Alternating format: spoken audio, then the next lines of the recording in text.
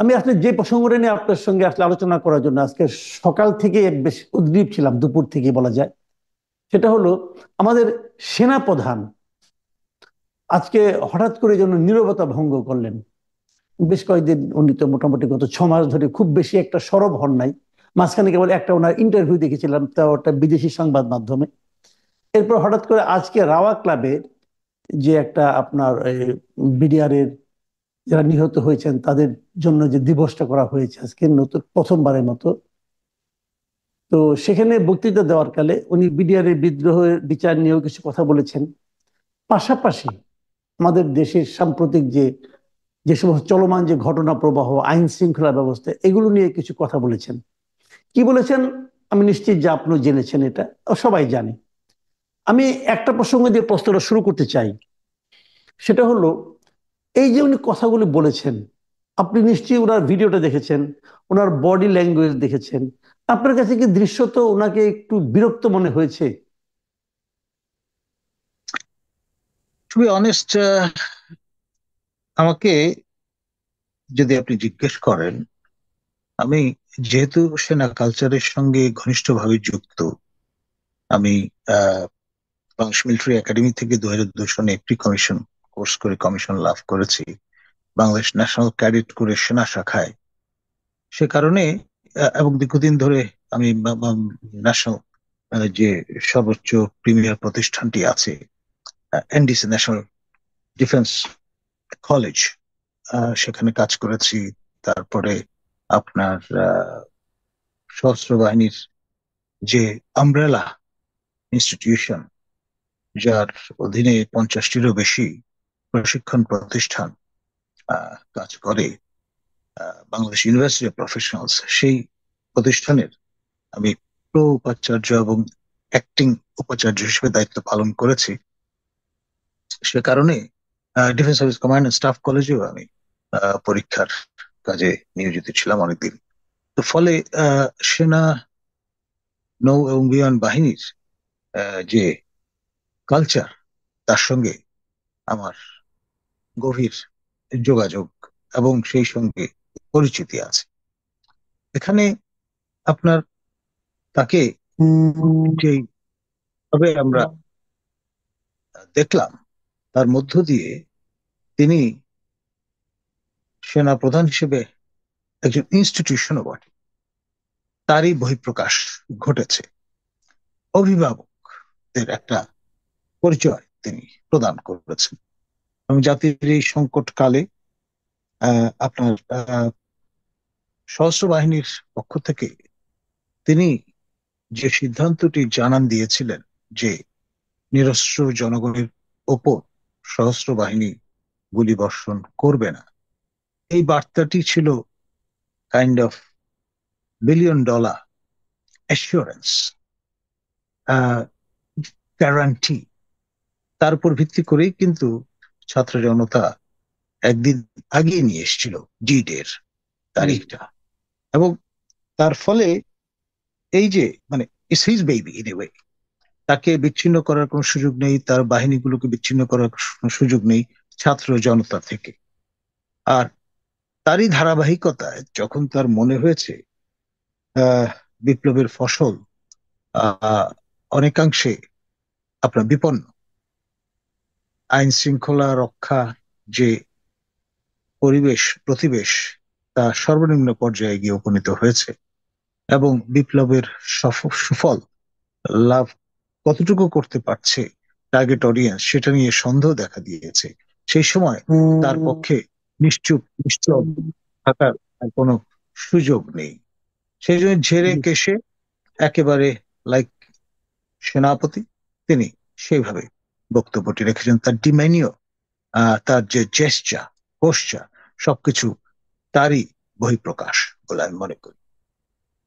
জি, উনি আরেকটা কথা বলেছেন, সেটা হলো যে এই যে আজকে যে আইন শৃঙ্খলা পরিস্থিতি নিয়ে যে কথাটা, যে সংকটটা আমাদের মধ্যে আছে, উদ্বেগটা আমাদের মধ্যে আছে, সেটার কিছু কারণ উনি উল্লেখ করেছেন।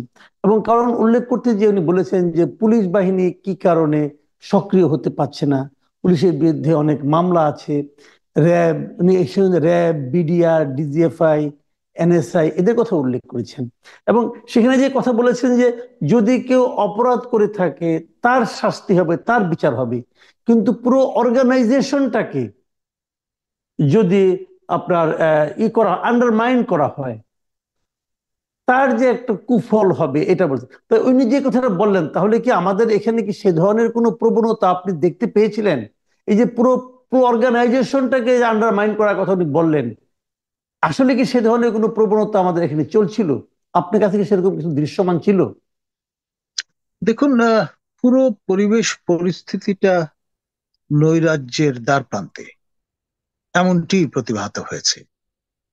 এটি ব্যক্তি নাজমুল হাসান করিমুল্লাহ কিংবা মাসুদ কামাল কিংবা আপনার জেনারেল ওয়াকারুজ্জামান, এখানে মনে হচ্ছে আমরা we are in the same page, একই আহ, অবস্থানে আছি, অন্তত চিন্তার ঐক্যের দৃষ্টিকোণ থেকে বিবেচনা করলে।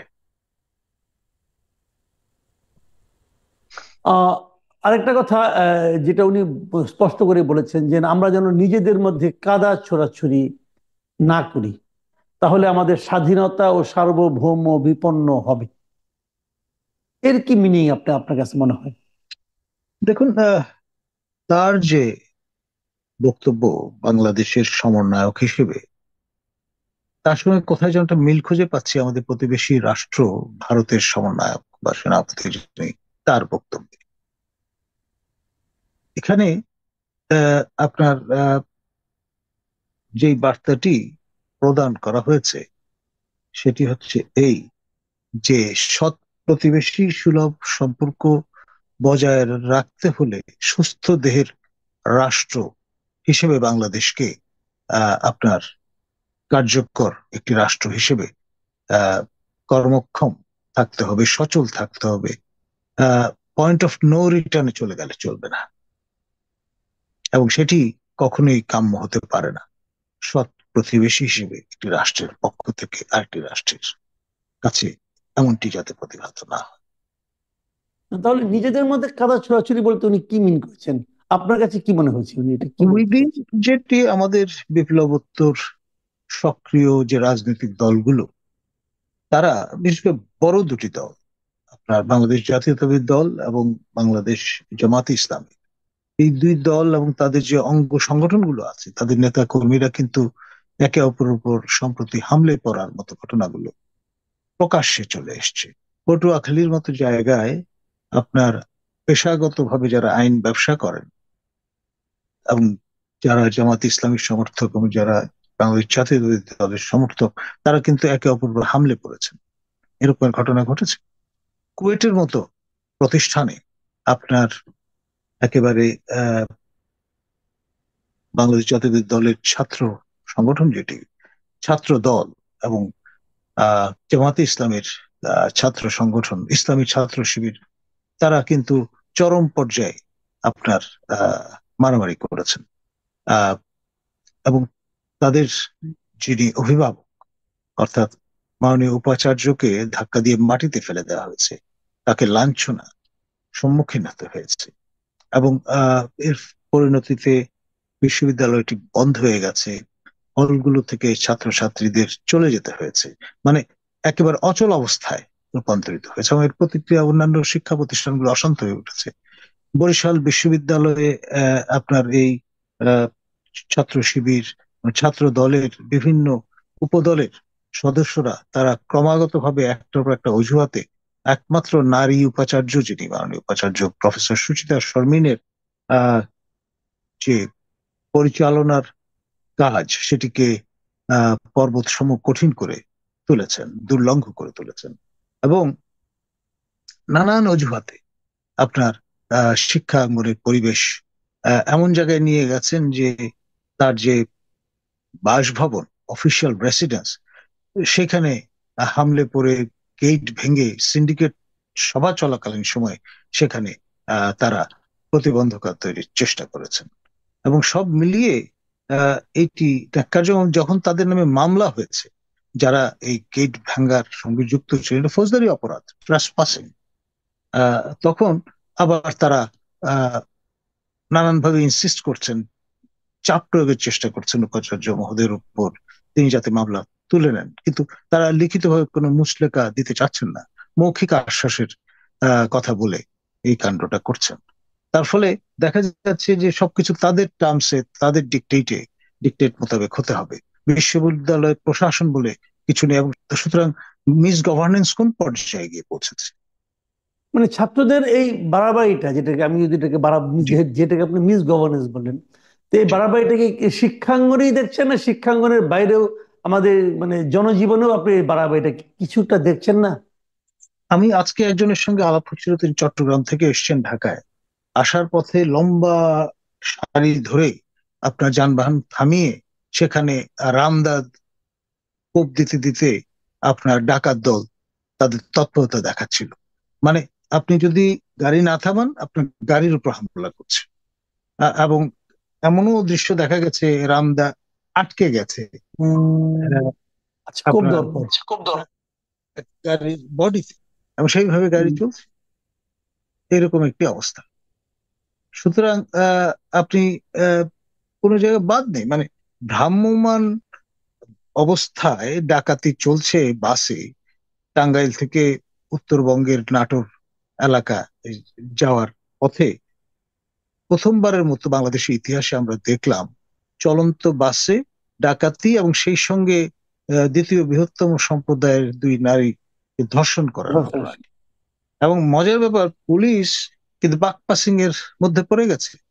টাঙ্গাইলের পুলিশ বলছে যে যদিও এখানে সূত্রপাত হয়েছে, কিন্তু শেষ হয়েছে তো গিয়ে উত্তরবঙ্গের একটি জেলায়, সুতরাং আমরা কিভাবে মামলা নেই। আবার যেখানে শেষ হয়েছে ওরা বলছেন তো যেহেতু অরিজিন টাঙ্গাইলে, তাদের মামলা নেওয়া উচিত, আমরা কেন নেব। এই চক্করে পরে 3 দিন অতিক্রান্ত হয়ে গেছে। ইন দ্য মিন টাইম যিনি সাসপেক্ট, আপনার ড্রাইভার এবং কন্ডাক্টর, তারা জামিন পেয়ে গেছেন। তো সুতরাং এই রকমের মিস গভর্নেন্স এর ন্যাক্কারজনক উদাহরণ ইউনূস সরকারের আমলেই সৃষ্টি হয়েছে, এবং আপনি অতীতের কি সকল রেকর্ড ভঙ্গ করে দিয়েছে। উম, আপনি কি মনে করেন যে ঠিক এরকম পরিস্থিতিতে, এরকম সময়ে যখন নাকি মানে আপনার সেনাপ্রধান এই ধরনের আহ, উচ্চারণ করেন, বিরক্তি প্রকাশ করেন, অথবা কঠোর একটা হুঁশিয়ারি দেন, উনি বলেছেন কিন্তু আমি আপনাদেরকে সতর্ক করছি, পরে বলবেন না যে আমি সতর্ক করিনি, এই কথাটা কিন্তু উনি বলেছেন।